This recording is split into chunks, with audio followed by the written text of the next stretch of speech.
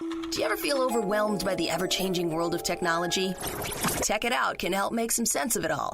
Breaking down geek speak into street speak, technology columnist, author, and TV personality Marc Saltzman covers consumer technology each week for every listener. Marc tackles the latest news, reviews, and how-tos to help you understand what's hot, what's not, and why. Hey everyone, welcome to the 51st episode of Tech It Out. Yes, we're closing in on a full year since the show launched on the Radio American network and all of the radio stations that take the show. I'm thrilled that you're tuning into this weekly program and podcast about technology. Tech It Out is powered by ASUS, which I'll tell you more about in a moment, but we have a great show lined up for you today, all tied to security. My first guest is Norton, and we'll talk about cyber security and how your phone is becoming a big target. And we'll also talk on the second half of the show about home security, alarms, and monitoring systems, what's new and newsworthy. We'll speak with security expert Richard Mowdy. All right, let's dive right in. Not a day goes by that we don't hear about yet another data breach or malware, malicious software, infecting devices and exposing your data.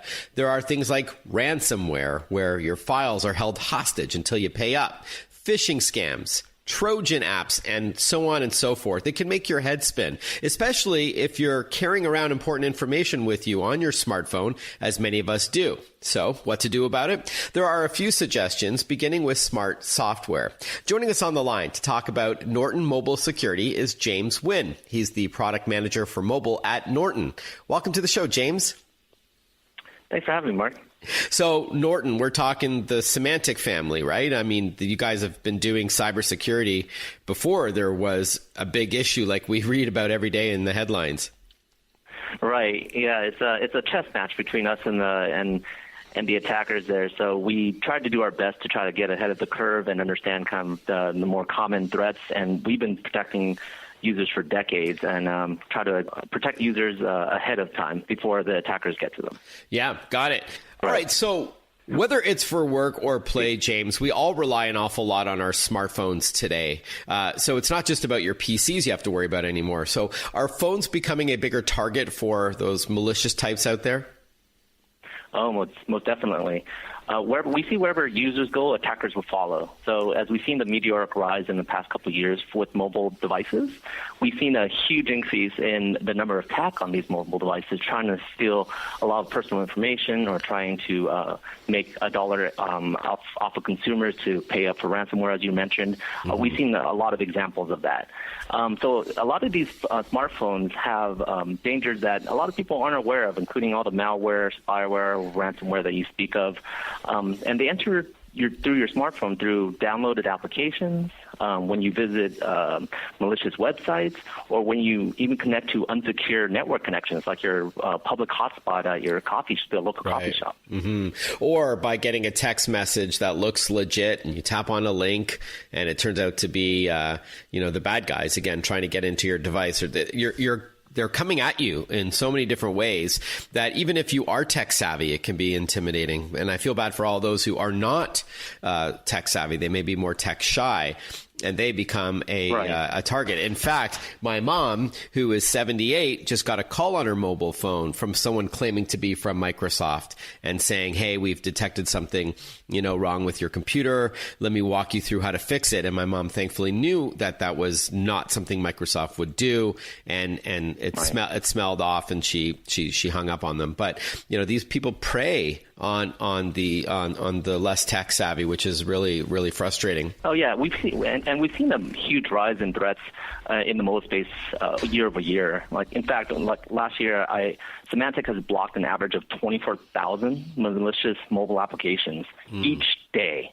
So that's how prevalent this is, and they all come through attacks like you mentioned. There's a lot of different social engineering attacks and different type of attacks that try to take advantage of the users.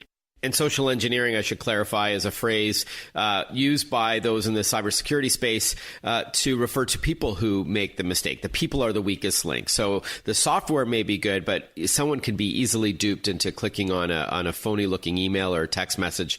So it's when a human makes a mistake, usually by accident, to let the bad guys in. That's often referred to as social engineering. So before we talk about the solution, James, of which Norton Mobile Security could be part of, what are the bad guys after? So when you said steal your identity, that's for financial gain mostly, right? I think you said earlier, trying to get $1 off of a consumer. That's mostly the motivation, right? Is to make money. Right. It's mostly the motivation. What we often see is a lot of free software out there, free apps out there, aren't usually free. They come at a cost that the developers need to maintain their business. So a lot of cyber, and that's not all malicious from that intent. There are more explicit dangers out there. For example, cyber criminals can use, like you mentioned, social engineering attacks as a targeted phishing email, right, to try to get people to share personal information or click on a malicious piece of malware or software.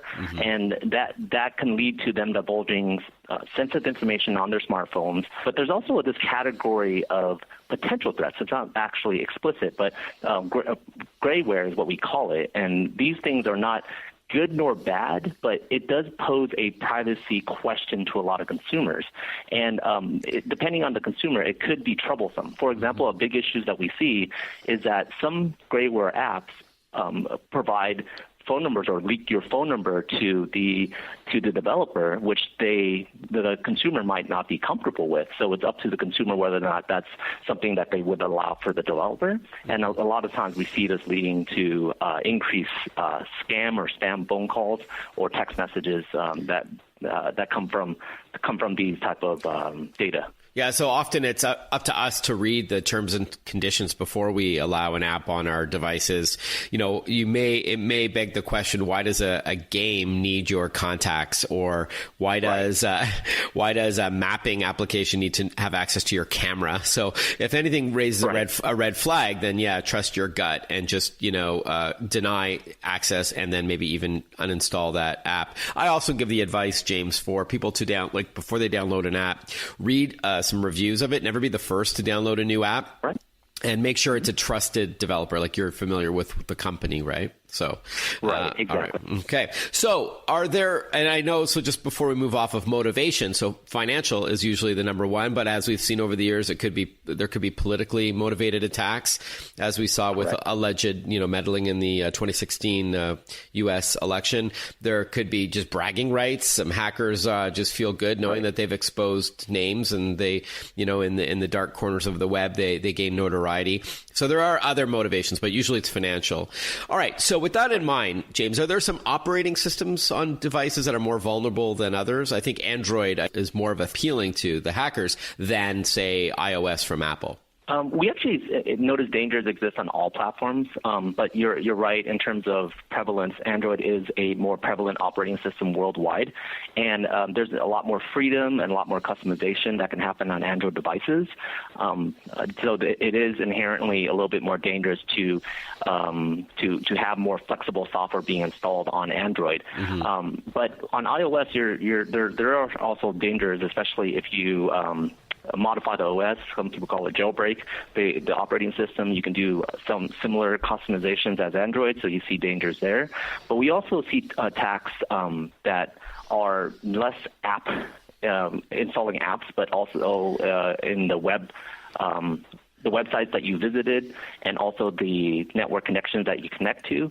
And these attacks can lead to people getting your personal information or stealing data through analyzing the traffic between the network connections that you're on.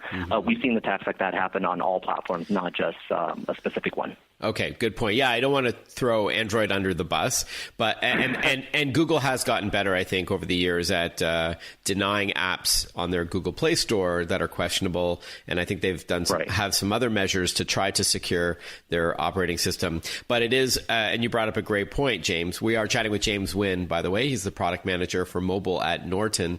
That Android is the number one operating system worldwide. I think upwards of 90% of devices, even though here in North America, iPhone is king. But certainly worldwide, Android is much, much bigger. So as you said earlier in our discussion, the bad guys go where the popularity goes. With that in mind, that's why Android is also partially, that's another reason why they're more vulnerable. So now let's talk about Norton Mobile Security. How can this app or service protect your data? Right. So this is our Norton Mobile Security is our mobile protection for our Norton offering.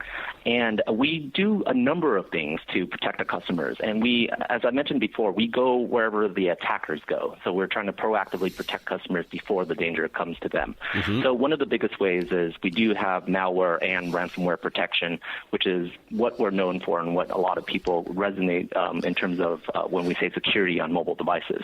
However, there's a number of other dangers that I want users to know. And one of them is around grayware, where we have a feature called App Advisor that provides proactive protection, meaning we will analyze apps before you even download them and let you know a lot of characteristics about that app, and you have a decision whether or not you still want to download that app. For example, it flags apps that have privacy concerns. So this includes if the app captures your phone number or your location data without you knowing and sends it back to the developer, excessively feeding you with ads in your notification shade or a pop-up on websites. Apps can have that behavior as well. But we also scan for apps that excessively drain your battery or use up your data on your devices. We'll continue our chat with James Wynn from Norton shortly, but first a shout out to my sponsor. Tech It Out is brought to you by ASUS, creating technology for today and tomorrow's smart life. ASUS, for those in search of incredible. Visit asus.com/US/radio for more info. That's asus.com/US/radio. We'll be right back with more Tech It Out. Stay with us. Listen to Tech It Out whenever you want. Find the Tech It Out podcast at iTunes or wherever you get your podcasts.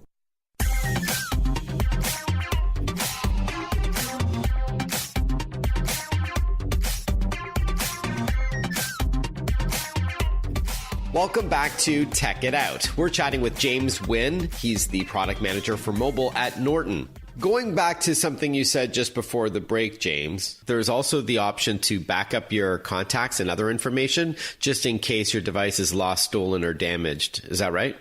That's right. We also have that feature as well. That covers both Android and iOS.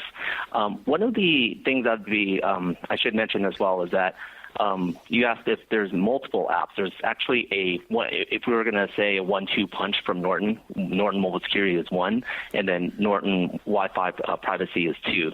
So that's a VPN app, which basically means that we're managing the communication between your device and whatever you're connected to, and we will protect that communication so people don't get into any danger while they're browsing the web, browsing the internet. And how we do that basically is a setup on your phone that encrypts the data going back and forth. So what that means is that if you're at a local coffee shop and there's somebody in the corner basically monitoring all the traffic that's going in and out of your device, we will encrypt it, which hides all the information getting passed back and forth to you and whatever website you're visiting, and it keeps that from prying eyes, especially people who are trying to steal that information in secure networks. And we see a lot of this on public networks like hotel networks, airline networks, coffee shop networks, and that's provided by an app called Norton Wi-Fi Privacy. Okay. And that's available for Android and iOS as well. Yeah, great. I know a lot of people use them, but I often recommend not using free public Wi-Fi if you can help it. And if you do basic tasks like reading the news or streaming music or something like that, but and try not to conduct any transactions like online banking and things like that or online shopping. Hey, James, Is there a trade-off when someone installs software like Norton Mobile Security? That is there like a performance hit? That's a common misconception we hear in the security industry. However, we know that this is not the case. There's a lot of software, us included, that basically fall into the realm where people think we drain the battery and run excessively in the background, but we actually don't draw a lot of battery power at all. We do, and this is a major focus of ours, to be able to protect our customer in the most efficient way possible. I know that this doesn't happen all that much for our users. In fact, our features in Norton Mobile Security, like I mentioned before, we actually notify users of other apps that might be draining their battery or data usage in the background, and we'll let them know so they can choose to keep it on the device or make it dormant or uninstall it.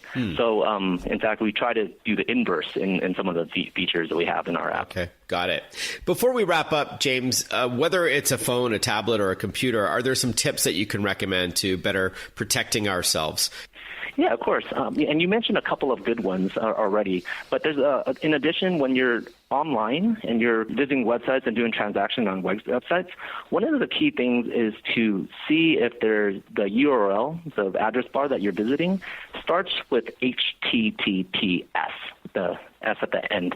And that's really important because that extra S, as opposed to the websites without it, encrypts that data or hides the information from prying eyes for anybody who is able to intercept that communication. A lot of browsers have a little lock symbol that appears there to let you know easily if that HTTPS is enabled. So that's something that is kind of something easy and maybe should be a habit every single time you visit a website and do some sort of transaction, make sure that that's there. And that's number one. Another one would be careful about the public Wi-Fi connection that you're connecting to, as you mentioned, especially in airports, hotels, or coffee shops. We see a lot of attacks to siphon personal identity or private information from these type of networks because as anybody can connect to it, anybody is able to monitor all the traffic that goes in and out from that connection. And you don't want to be exposed to that, so you should be careful when you're connected to it. One other thing that I can mention is that be alert for phishing emails and digital ads promoting travel sales. I guess around the summertime when you're traveling a lot of attackers kind of understand the social norms and behaviors of users, and they will generally create attacks that target that specific demographic. So be careful of, like, if it's too good to be true, it's probably not. So be careful of different attacks that occur that way. The last thing I will mention is be mindful of your app setting and your operating systems.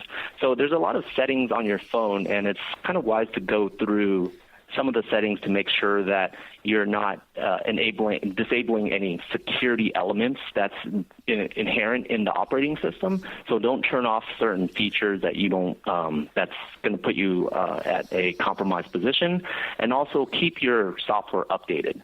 All great advice, James. As we wrap up, where can we learn more about Norton Mobile Security and how much does it cost? You can visit norton.com, and Norton Mobile Security is available at a promotional price of $14.99 a year. And Norton Wi-Fi Privacy is protecting all operating systems, Windows, Mac OS, Android, and iOS. And we have subscriptions for both annual and monthly, and that starts at $4.99 a month. Okay, and Norton Mobile Security is also an app at your favorite app store, but great stuff there with that promotional price. James Wynn, Product Manager for Mobile at Norton. Thanks so much for your time. I appreciate it. Of course. Thank you for having me. We'll be back shortly with more Tech It Out when we chat about home security with Richard Mouty. But first, a thank you to my sponsor. This show is brought to you by ASUS, creating technology for today and tomorrow's smart life. ASUS, for those in search of incredible. Visit asus.com/US/radio for more info. That's asus.com/US/radio. We'll be right back. Want to follow Marc? Google him. Marc with a C and Saltzman with a Z.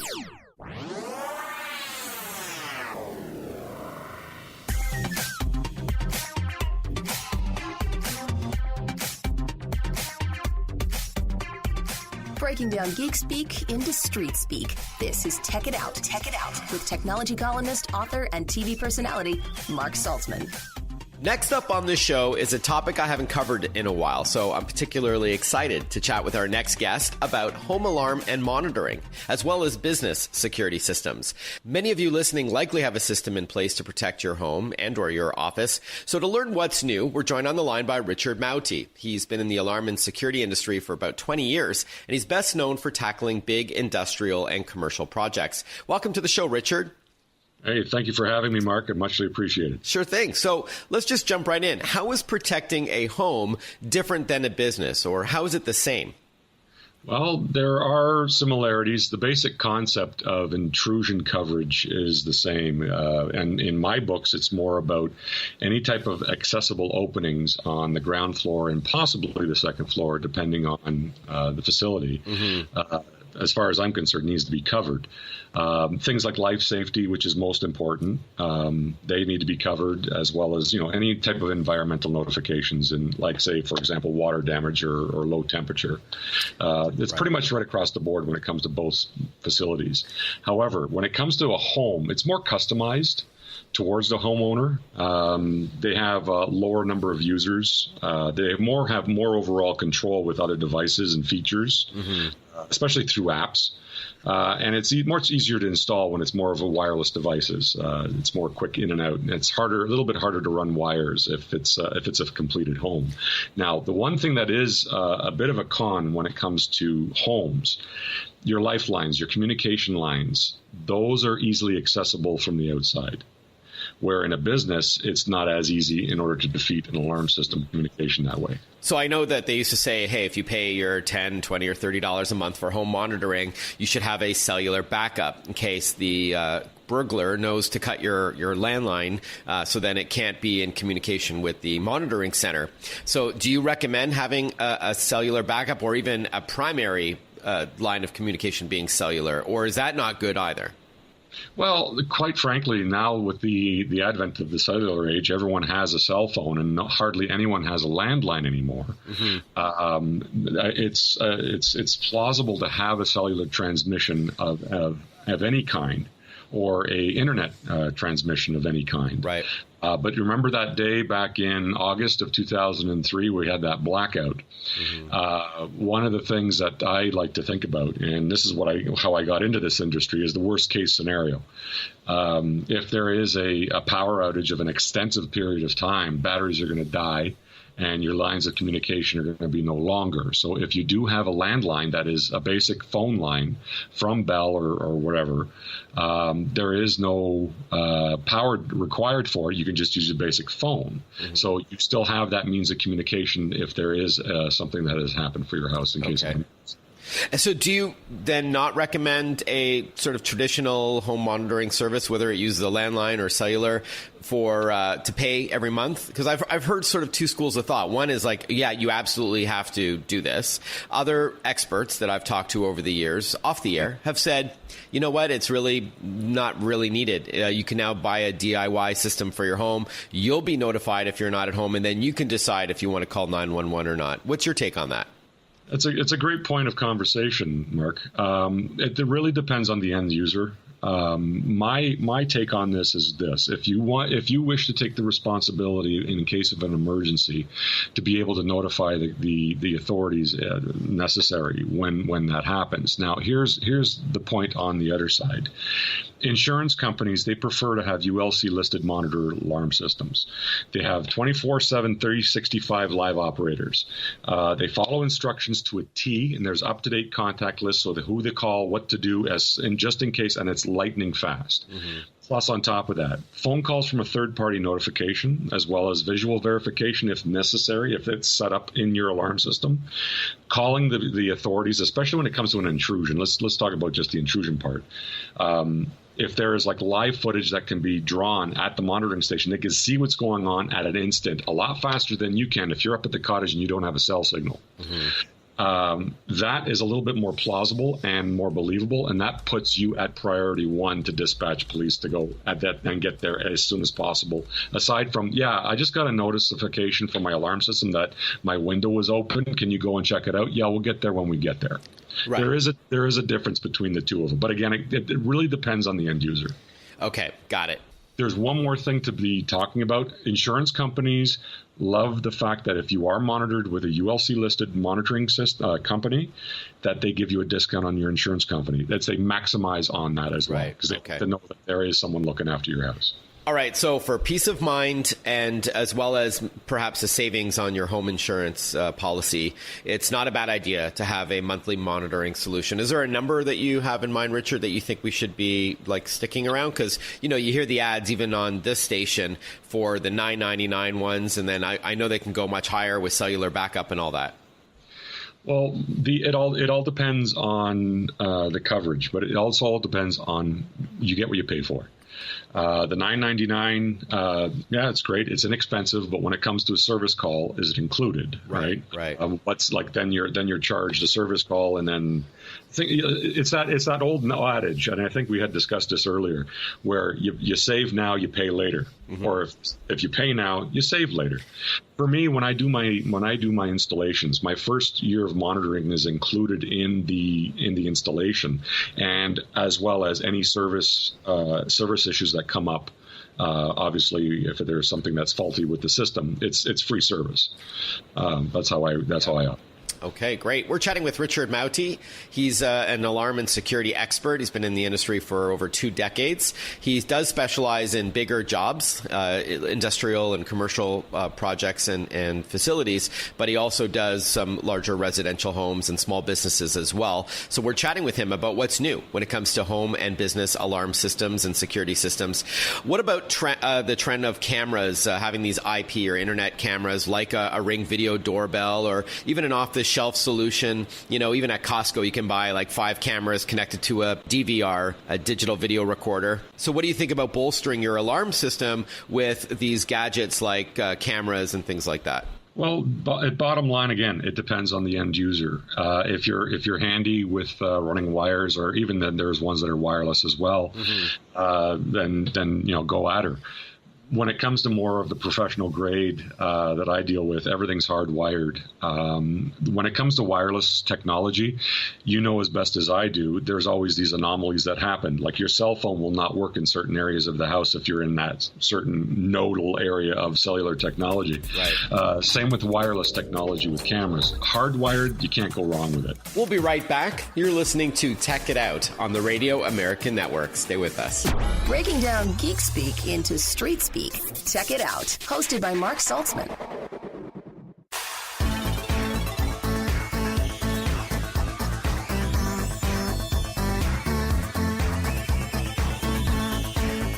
Welcome back to Tech It Out, everyone. We're chatting on the line with security expert Richard Mauti, who's talking to us about what's new and newsworthy when it comes to protecting your home or your business with security cameras, motion sensors, and the like. Before the break, Richard, we talked about the pros and cons of wired and wireless cameras, and we started talking about the popularity of the Ring video doorbell. It's an example of an IP camera or internet-based video camera. The thing with IP cameras, I would consider the Ring network more of a standalone Wi-Fi camera that would basically, it rings your phone like normally if someone pushes the doorbell, and it does.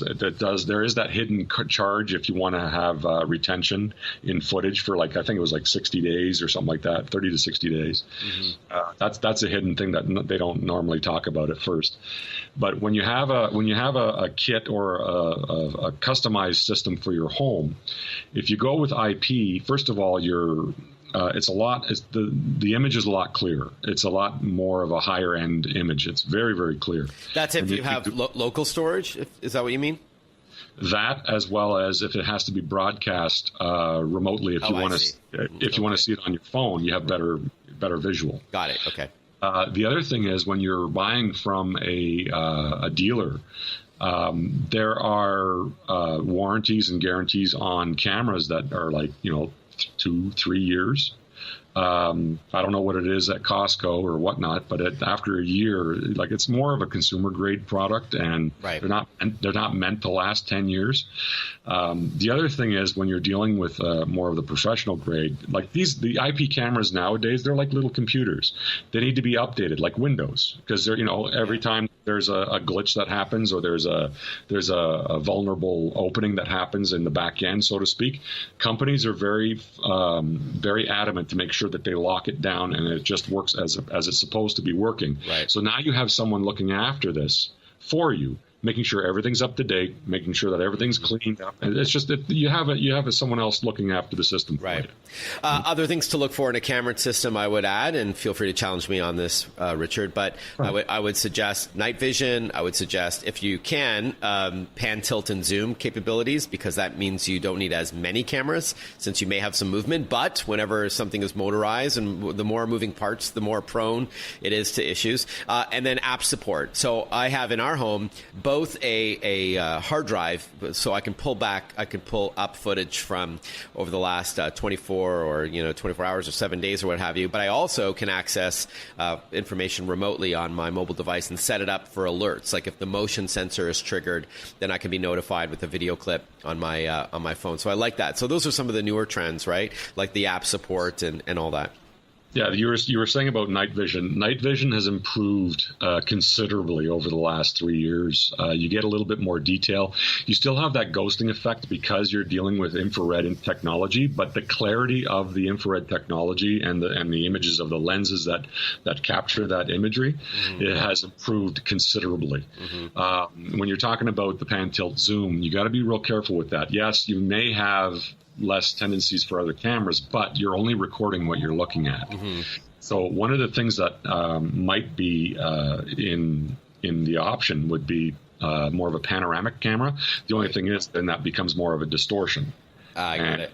You need the app in order to flatten that out and to see that way. Now, I've installed all three fixed PTZ and actually a 360, which is a fisheye lens. And I think I showed that to you when you did, yeah. And I also wanted to bring up, Richard, that when I met you a couple of weeks ago, I also said to you, hey, Richard, come on, just be honest with me. If someone wants to get in your home and they put a gun up against your head, of course you're going to type in your 4-digit code.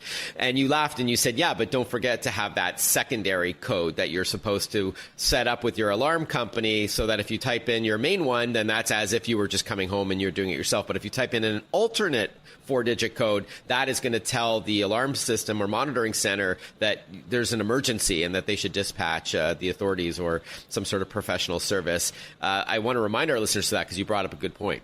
Yeah, that's correct. And that is also the benefit of having a monitored system. And what you're referring to is a duress code. Right. So basically, it's either you can set it up with the way that your code is. You can put it off by one number, or you can make it backwards, or whatever you want. But you got to remember, you have to remember this when you're under duress. And that's so easier. Yeah, you got to make it simple. Easier said than done. Yeah, absolutely. Exactly. Yeah, great point, though. All right, Richard, as we wrap up, I guess one last question. What's the biggest misconception when it comes to home security? The biggest misconception is the false sense of security. Now, the thing is, the true identity of what an alarm system is, it's like a nervous system to a home. It's only as good as an end user, or how has it been installed. Now, bottom line, when you're looking at the system itself, it does not prevent anything from happening to your home. It just notifies a third party or someone else, or it makes a noise. That's all it does. It's an informant. So it depends on who you trust to put that in your home. I guess that's where it really starts. Good point. I know in our home we have glass break sensors, and we have motion detectors, and we have door and window sensors. We have cellular backup. We've got my own DIY video to complement the existing camera system. So we're trying to do what we can to so I can protect my family and my home and its contents. But it's great to have a professional like you to talk to. So Richard, thank you so much. Richard Mowdy, I really appreciate your time. Thank you again. Thank you very much for having me on here, Mark. When we return on Tech It Out, we're going to talk about something you may have heard in the news this week called deepfake videos. This is pretty troubling. It's these videos that look authentic. It could be, mostly it's a politician, such as the President of the United States, seemingly saying something that he is not. And it is software that is manipulating what we're seeing and hearing, and it is disconcerting to say the least. So stay tuned. You're listening to Tech It Out on the Radio American Network. We'll be right back. Follow Marc Saltzman on Facebook, on Twitter, on Instagram. Listen to Tech It Out whenever you want.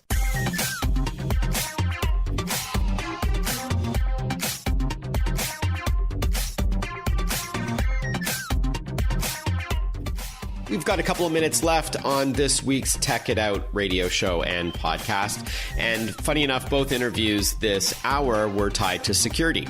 Our first interview was about mobile security on your mobile device, or cyber security, if you will.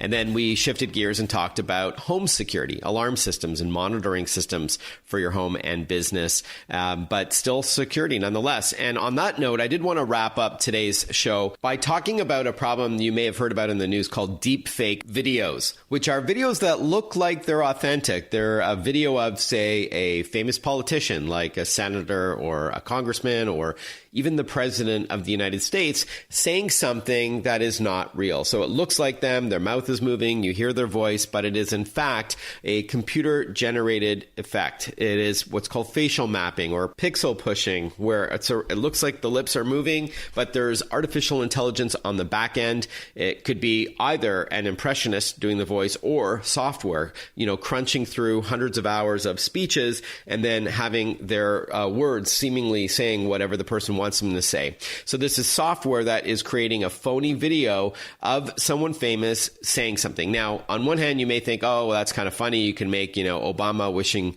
your daughter happy birthday kind of thing. But there is a scary side to this. We could be having now politicians saying something inflammatory and people believing it, and it may not be real. And, in the age of social media, where everything is so instantaneous, people may be sharing this and commenting on this when, in fact, it's not real. They haven't yet looked closely enough to see that it isn't, in fact, them saying these words.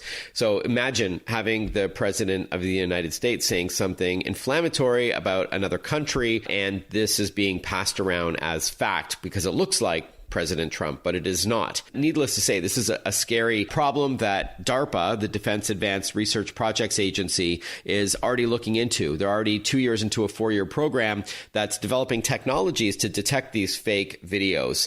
It is a painstaking process, from what I understand, to try to look closely enough at the lips and see that it has been artificially doctored. But it is scary stuff here, and it's going to get worse before it gets better, I believe. So again, it's called deepfake videos. Don't believe things that you see before you look into it. If you're not sure if it's real, certainly don't share it and helping it go viral. But Google the video to see if it is indeed real or if it is from the person. If you're following Donald Trump on Twitter, for example, and he is posting this, then in all likelihood, that is the real deal. But if it's a phony account, look closely to make sure that it is real. So watch out for these deepfake videos. Interesting stuff, scary times. And considering a kid like my 14-year-old can probably do this with a computer and some good software. So it is a little bit scary.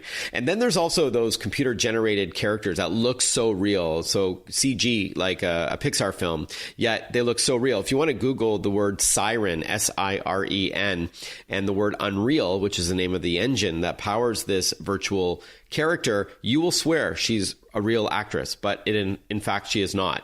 She's computer generated, even down to some minor imperfections like in her teeth and her eyes are a bit glossy. But check that out, Siren. Love technology, but it can be scary as well. We have time for a quick mailbag question. Julie from Denver, Colorado asks about backing up her iPhone. What do I recommend? The cloud or something local, a drive? So it's a great question. I would hedge your bets and do both. So, for example, you get 5 gigabytes of free storage through iCloud, which is part of Apple's family. So back up your important photos and videos. And if you have more than 5 gigs, then you can spend, I think, 99 cents and up to back up even more files. But that way, if your device is lost, stolen, or damaged, you've got protection because all those photos are stored on Apple's servers behind your password. So good stuff there. And I said hedge your bets. So definitely use online storage like the cloud, but also local storage. You can, for free, connect your iPhone to a computer, open up iTunes, click the backup button, and you will back up your files to your hard drive. So if your device is lost, stolen, or damaged, and you buy a new iPhone, you simply connect it to your computer through the USB cable, click restore in iTunes, and it'll put all of that information back onto the phone as if it was the one that you've had all along. There are also clever devices like the SanDisk iExpand base that not only charges up your iPhone, but it'll also back up the contents of it onto local memory should you need it. So there you go. SanDisk.com has more info on that great little product. If you've got tech questions for me, you can hit me up on my website, marksaltzman.com. That's MarcSaltzman.com. Send me an email. Well, I hope you've enjoyed this week's Tech It Out. I do want to give a shout out to my sponsor before we wrap up. Tech It Out is powered by ASUS, creating technology for today and tomorrow's smart life. ASUS, for those in search of incredible. Visit asus.com/US/radio for more info. That's asus.com/US/radio. Have a great rest of your weekend, everyone. Thank you for tuning in to Tech It Out, and I look forward to speaking with you next time on this very same program or podcast. All the best. Talk with you soon. Ciao for now.